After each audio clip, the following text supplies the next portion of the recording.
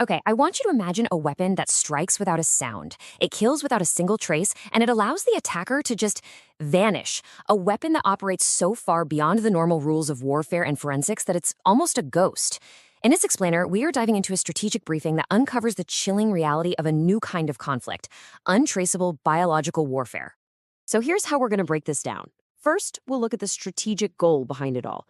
Then, we'll get into the science of how it actually works. After that, we'll trace its secret and, frankly, disturbing origins. Then we'll bring it to the modern day. And finally, we'll confront the massive security questions that we're all facing now. All right, so the very first question we have to ask is, what's the ultimate goal here? What's the point? And the answer is both incredibly simple and absolutely terrifying. To achieve a strategic objective, maybe an assassination, maybe destabilizing a region, with zero attribution, the perfect, untraceable crime. You see, the whole point is to create a weapon that leaves no evidence of foul play. The victim's death isn't blamed on a known virus or some exotic poison. Instead, it just looks like a sudden, natural, catastrophic internal event. A massive out-of-the-blue stroke or a sudden aggressive autoimmune collapse. The autopsy report, it would find nothing suspicious at all. Just a body that, for all intents and purposes, just failed on its own. And this right here is where the real strategic value is. When there's no forensic trail, no bullet casing, no chemical residue, nothing, there's no proof. The attacker can just shrug and deny everything. It's the ultimate ghost weapon, right? It accomplishes its mission while staying completely invisible. So that's the what. But how is any of this even possible? Now we get into the science. And let me tell you, this isn't about introducing some foreign invader into the body. No, this is about hijacking the body's own internal communication system and turning it against itself. And this represents a huge, huge shift in how we think about biowarfare. We're moving way beyond traditional agents like anthrax, which cause really obvious external infections. The new game is silent, targeted, internal manipulation. The goal is to start and finish a conflict before anyone even realizes a weapon was used in the first place. The key to this entire new paradigm is weaponizing something called regulatory peptides, or RPs. The best way to think about these is like the body's internal text messaging system. They are absolutely essential little molecules acting as tiny regulators for, well, everything, from your stress response to nerve signals to feelings of pain or even euphoria. They are literally the molecular dials that control our existence. But here's the thing, these peptides are a total double-edged sword. In medicine, we study them to create amazing therapies, to reduce pain or manage autoimmune diseases, but their potency is just incredible. A tiny, tiny little input can generate a massive output. So a slight engineered overproduction of one specific peptide can perfectly mimic a catastrophic illness, like septic shock, without a single foreign microbe ever entering the body. So the attacker literally engineers a death to fit a natural disease profile. Step 1, an engineered peptide is introduced. Step 2, it triggers a systemic collapse. The pathologist does an autopsy, finds evidence of, say, acute neurological damage, and logically concludes it was a massive heart attack or a stroke. And because the weapon is based on a molecule the body already makes and uses, standard forensic tests find absolutely nothing. The attack completely sidesteps the biological weapons convention. Now, I know this might all be sounding like something out of a wild science fiction novel, but it has a very real and a very dark history. We actually have to go back to the Cold War, where this kind of research wasn't some fringe side project. It was a core component of Soviet state security doctrine. Hidden inside the Soviet Ministry of Health, which is the perfect institutional camouflage, right? The third directorate ran 2 parallel top-secret programs. Program Flute focused on psychotropic agents for KGB special ops, things designed to induce extreme paranoia or total decision paralysis in a target. Program Bonfire had a much simpler and more brutal job. Find peptides that cause maximum, untraceable physical damage, leading to catastrophic death. A really chilling case study from Program Bonfire was something they called the myelin toxin. So your nervous system is basically like a network of high-speed electrical wires, and the myelin sheath is their insulation. This weaponized toxin strips that insulation away, and the result? The body's electrical signals slow down, they scatter, they short-circuit, just like frayed wiring.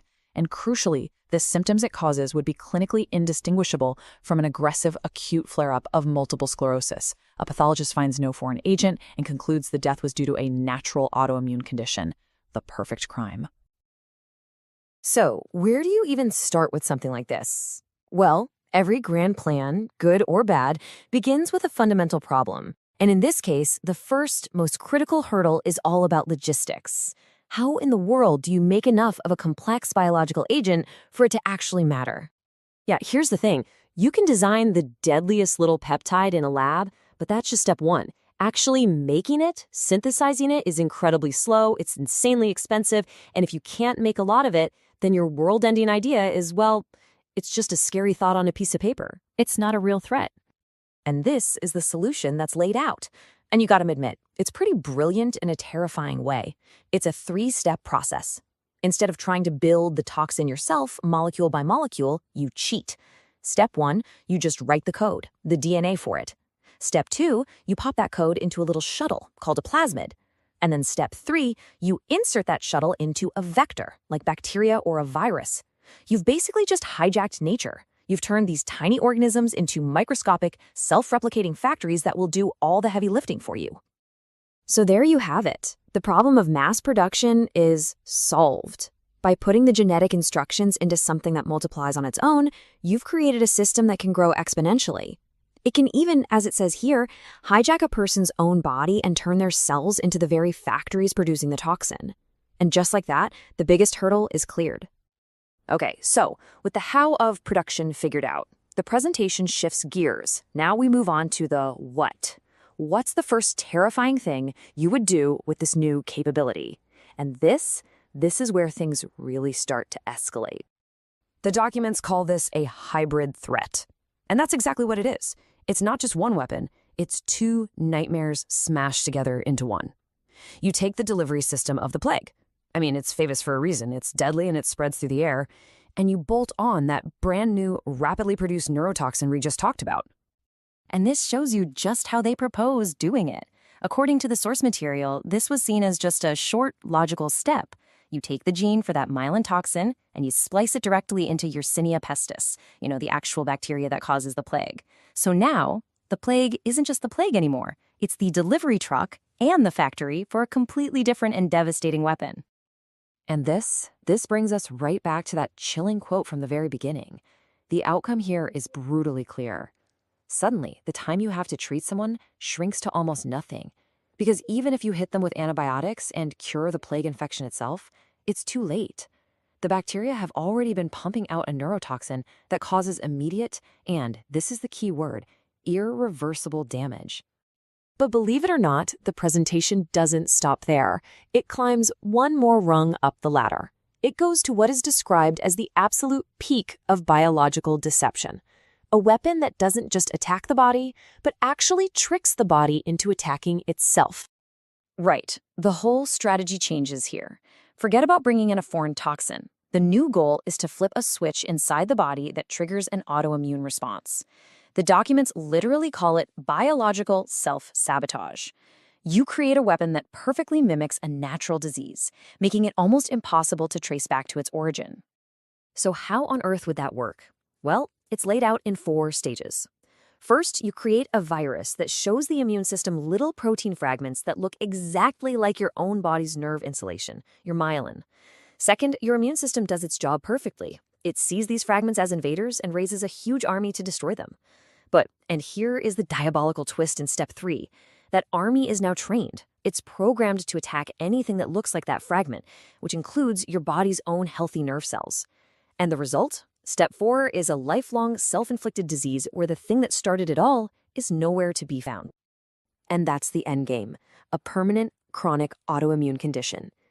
But that virus, the little trigger that kicked the whole thing off, it's long gone.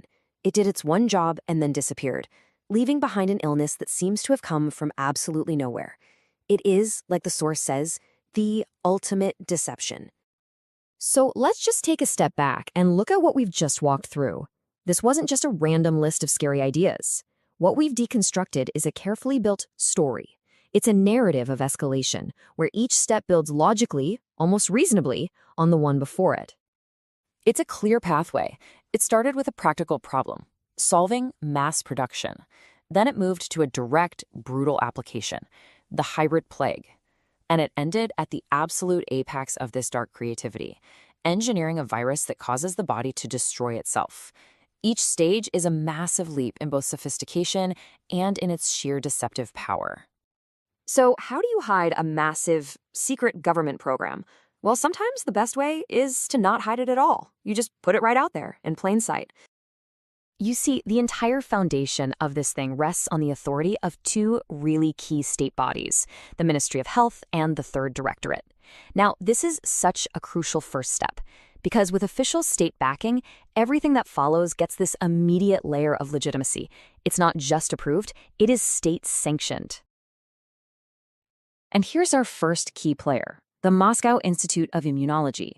And think about it, this is a really clever choice. You start with real, legitimate science. I mean, immunology is a totally valid and respected field, right? This institute provided the scientific bedrock that the entire operation was then built upon. Okay, so that foundational research, it gets funneled to our second key player, the Research Center of Molecular Diagnostics and Therapy. And you really gotta pay attention to that name. It sounds so harmless. It even sounds beneficial. But this center is the central node. It's the place where all that legitimate science was about to be twisted toward a very, very different goal. So think about it. The state sponsorship, the legitimate research, the sophisticated-looking lab, it all funneled down to one. Just one singular hidden objective. Program Flute. Which brings us to the really crucial point. How on earth did they hide this in plain sight? Well, the answer is as simple as it is effective. It's a strategy you could call institutional camouflage. See, the name of an institution isn't just a label, right? It's a story. It's a shield. And in this case, that name, Research Center of Molecular Diagnostics and Therapy, was a piece of camouflage that was carefully, deliberately constructed to just deflect any suspicion and project this image of benign, boring medical science. And this slide just lays out the deception perfectly. Look at it. On the surface, you've got the cover, Molecular Diagnostics and Therapy. It sounds helpful, clinical, maybe even a little bit dull. But the reality underneath it all was that it was a front for offensive intelligence work. And the story gets even darker. One of the key facilities that was implicated in this research actually ended up being involved in US-funded grant programs later on, a catastrophic oversight. But the most morally corrosive part of this whole thing is the allegation of human experimentation. To get clinical validation, the institute allegedly tested its mood-altering peptides on unknowing, non-consenting patients in a hospital next door, just to confirm they worked as intended. So that brings us from the past to the really urgent present, because this threat is no longer contained within secret, state-run facilities. It has escaped the lab. The genie is out of the bottle. See, the weapon today isn't a stockpile of pathogens locked away in a vault. It's the intellectual property. It's the genetic code, the scientific protocols, and the equipment which is now readily available. The molecular knowledge that was once restricted to hyper-secret Soviet institutes is now accessible in labs all over the world, thanks to the revolution in genetic engineering. And this makes detecting it through traditional arms control, well, nearly impossible. This changes everything. It completely rewrites the playbook. We've shifted from defending against an external invasion, a conspicuous virus, to defending against internal betrayal, where the body is literally weaponized against itself. The threat is invisible chaos. If a stroke or paralysis or an autoimmune disease can be weaponized, then our entire concept of how to identify and defend against a biological attack has been fundamentally turned on its head. So this leaves us in a pretty precarious new era. And as we wrap this up, we have to confront two profoundly difficult questions about our future. Here's the first one. If the most advanced bioweapon programs in history focused on hijacking the body's own communication signals, what legitimate life-saving research happening right now, especially in advanced gene therapy or neuroscience, might unknowingly hold the potential for a covert biological application tomorrow? And that leads to the final and maybe the most unsettling question of all. If the blueprint for a perfectly untraceable weapon is nothing more than a sequence of genetic code, something that can be emailed across the globe in seconds, how can our traditional ideas about arms control ever hope to govern the future of molecular biology?